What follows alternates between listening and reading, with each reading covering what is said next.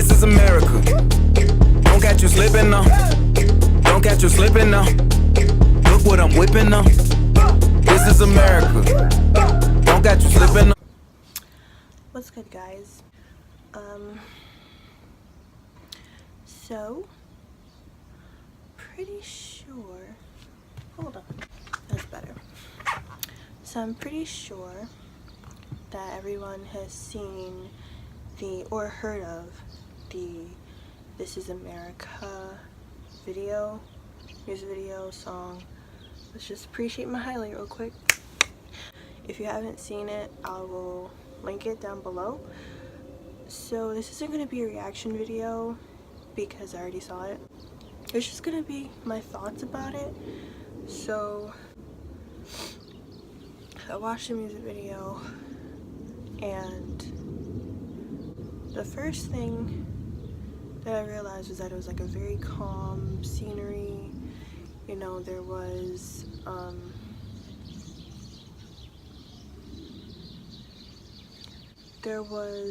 you know, I believe they said it was Trayvon Martin's dad who was playing the guitar. So he was playing the guitar. It's very calm, very chill, and Gambino's just in the corner, like ready to break dance. And I'm like, okay. First thing that, you know, came to my mind was, alright, so it's gonna be a pretty chill vibed video. Then the man gets shot in the head. I was like, oh. So the way that I look at the video in a whole, you can look at it either one of two ways. It's either that there's this thing where things happen in the world and it's like everything seems calm and then one big thing happens, because the way I saw it was that the music was very calm, sort of calm, during the first scene where he shot him in the back of the head and the scene where he was in the church. The music was relatively calm. It wasn't until like he shot them where like the beat drops in, the bass kicks in, everything like that. So I'm initially like, you can either look at it like, well, things are seemingly calm even though they're not, but then one big thing has to happen in order for everybody to like pause and take note about it. But then you can also look at it like, instead of focusing on what's really important, we take like a couple minutes, not a couple minutes, but like a couple days, maybe a couple weeks, depending on what happened, and we'll talk about it or we'll argue about it amongst ourselves. And then something happens where we get distracted, whether it's news about someone's baby mother, or whether it's news about something that Trump said, or something like, you know, who's wearing what, who wears this better, stuff like that. You know, we're so caught up in what the media has to say instead of looking at what's actually going on in the world. Because if you realize through the video, right after he shoots the people, they take the gun and run away with it, but they handle it with care. To me, that kind of looked like, you know, people can shoot and get away with it because of the gun control laws. For example, the high school shooting that happened in Florida, and even before that, Columbine, I'm not sure how to pronounce it, Sandy Hook. And those are just the ones that were mainstream. There was plenty more that, you know, they said there was like 80 something shootings since 2018 started. But the first one that we initially heard of was the one in Florida. But if you get what I'm saying, you know, the guns were handled with care, and the people were being dragged off of off to the side. As if it's like, okay, like we'll pause for a second, because everything like stands still for like just like 1 second, and then it goes right back to This is America.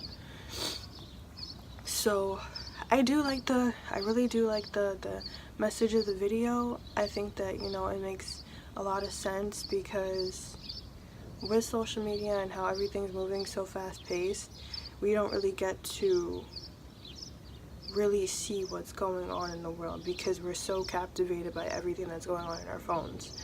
So, you know, the world can blow up over a picture, over a selfie, over something that, you know, someone went off of Twitter fingers. You know, like, there's actual things going on in the world, and it's not just in this particular video. You know, you saw gun violence, you saw the Jim Crow stance that Gambino did, you saw the all black knight on the white horse. I don't know if like that symbolized death or something on the white horse, and then he was being followed by the cops. Someone made a post about that. It's just a lot, and I feel like even with the whole Kanye thing, if Kanye had said that mental slavery was a choice, then I think people would have really understood where he was coming from. But the fact that he like said it plain out and like didn't really explain what he meant, I don't know if that's what he meant, but had he said it that way, then it probably would have made more sense, because mental slavery is something that we all suffer from unknowingly. You know, we walk past, you know, expensive stores and say, oh, I could never afford that. We get intimidated by seeing certain people. We get intimidated like when we go into nicer neighborhoods, or people feel intimidated by us because they've been conditioned that way. There was a scene in Roots when I never really saw all of Roots, but the first one, I was like, but there's so many of them. And yes, they were chained up. So there's so many of them, like, and there's like 5 to 8 Caucasian dudes, and I'm like, why can't they?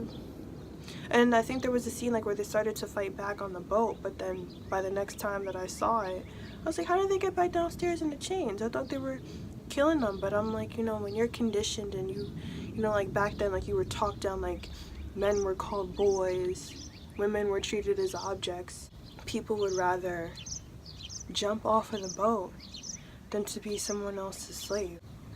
It's like, it's very, I feel like the way that he would have, if he would have said it in a different way, I don't know if he meant to say slavery in a whole, or if he meant to say, you know, mental slavery. It's just that his words get jumbled up. I don't know his mindset. Do not come for me. I don't know what he meant to say. Had he said that mental slavery is something that we're all affected by, that's one thing. Because, you know, even the guy who went after him, the one who was on TMZ, not went after him, but like spoke up, I applaud him.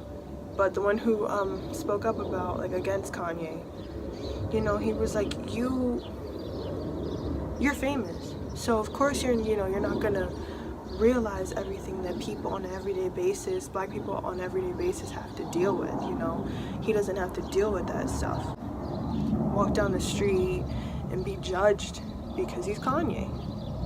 Black people get judged all the time. And it's not just black people. This isn't like, you know, like, oh, black power. Yes, black power. But I mean, like, you know, every race deserves to be recognized and all that stuff, and to be respected. And it's just, I feel like this music video, this song in general, a lot of people missed it because they're like, oh, this wasn't his strongest lyrically.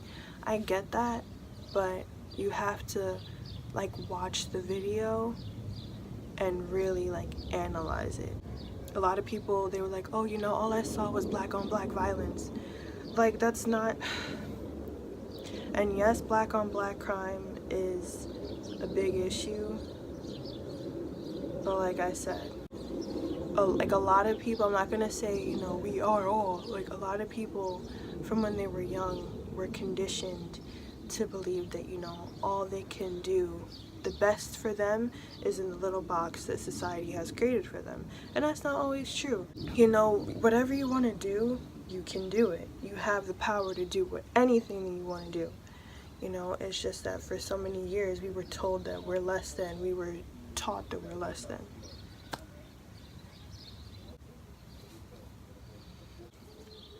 I feel like we need to find a happy medium as far as paying attention to what's going on in the media and focus more on what's actually going on in the world. And yes, you know, the news also constitutes as the media, but the news isn't always right. The best tool that we have is our minds, because we know so much, we're capable of knowing so much and doing so many things, but it's like we feel as if we're limited because of the way that society is set up, and because of the way that, you know, we've been taught to think, you know. I feel like the video does add up, like equate to what America is nowadays. It's just like, oh, shock value for 2 seconds for one incident out of how many that happens every week, every day, every hour. And then we talk about it, but we don't do anything about it, or we feel as though we can't do anything about it because, again, the condition. I really did like it though. I liked the I feel like you have to watch it one time with him and the kids dancing. They was breaking it down. Then the second time you watch it, watch everything that's going on in the back, because it'll make complete sense once you do that, once you watch it 2 times. So yeah, let me know if you guys watched it. I want to know if, like, what you guys thought about it, what's your take on it. You can like, comment, subscribe, share it if you want.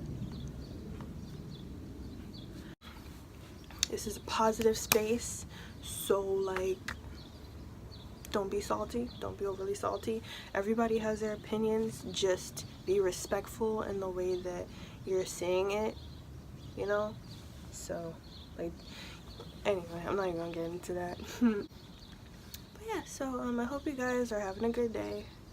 Like I said, if you haven't watched it, I'm gonna put the link down below.